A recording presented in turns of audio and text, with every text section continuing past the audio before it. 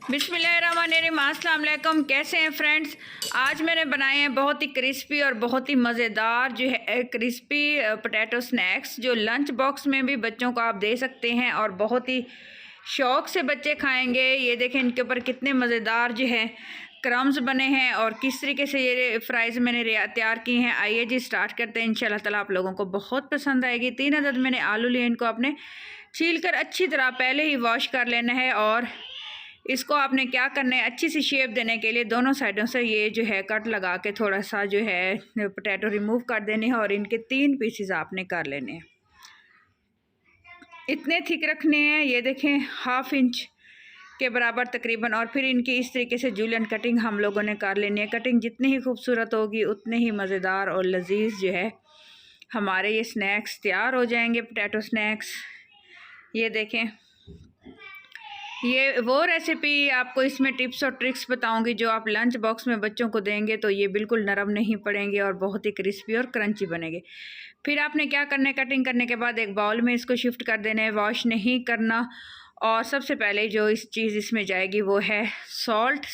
Sprinkle करने के बाद आपने इसको हिला लेना, अच्छी तरह से मिक्स कर लेना है। और इसमें जाएगा चिली पाउडर। ये देखिए जितने आप स्पाइस रखना चाहें, मैंने तकरीबन जो है 2 चुटकी के बराबर इसमें चिली फ्लेक्स डाले हैं। और पोटैटो का जो वज़न है वो आधा किलो के बराबर है। और फिर इसमें जाएगा स्टार्च मतलब कॉर्नफ्लोर, हम लोग 1 टीस्पून ऐड करके फिर इसको इस तरह से मिक्स करेंगे। फिर दूसरा टीस्पून इसमें डालेंगे और अच्छे से इसको फिर मिक्स करेंगे। फिर जो चीज़ इसमें जाएगी 1 टीस्पून भर के आपने इसमें मैदे का डालना है।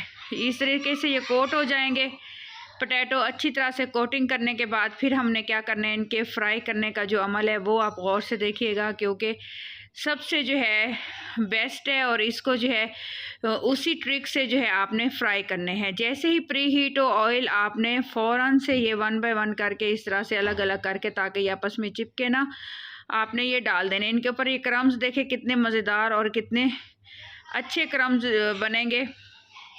फ्लेम आपने मीडियम रखनी है। इसको आपने अच्छे से कुक करना है क्योंकि पोटैटो अच्छे से गल जाएं। तकरीबन 6 से 7 मिनट का टाइम देना है। बाज़ औक़ात लोग क्या करते हैं, लास्ट तक ही इसको एक ही बार में कुकिंग ऑयल में बनाते हैं, लेकिन हम इनको जो है 6 से 7 मिनट के बाद आपने इनको एक बर्तन में निकाल लेना है। उसका फ़ायदा ये होगा कि 5 मिनट हम इसको ठंडा करेंगे एक बर्तन में निकालने के बाद, और इसका फ़ायदा ये होगा कि ये बहुत ज़्यादा क्रंची और फिर क्रिस्पी बन के तैयार होंगे। 2 मरतबा आपने इनको फ्राई करना है। इस तरह से एक दफ़ा आपने इनको निकाल लेना है एक प्लेट के अंदर और इनको ठंडा होने देना है। फिर आपने क्या करना है, ऑयल को जो है आपने बहुत ज़्यादा बिल्कुल फ्लेम हाई कर देनी है ताकि ये क्रंची हों और इनके ऊपर खूबसूरत सा गोल्डन कलर आए। इस तरीके से ये देखें। अगर आपको मेरी ये रेसिपी अच्छी लगे तो प्लीज़ मेरे चैनल को सब्सक्राइब कर दीजिएगा और लाइक और कमेंट कर दीजिएगा। मुझे बहुत ज़्यादा नीड है, मैं आप लोगों को बता नहीं सकती, मैं बहुत ज़्यादा मेहनत कर रही हूँ। अल्लाह ताला जो है आप लोगों को भी खुशियाँ दे और मुझे भी आप लोगों के सदक़े जो है खुशियाँ दे और मेरी मेहनत रंग लाए।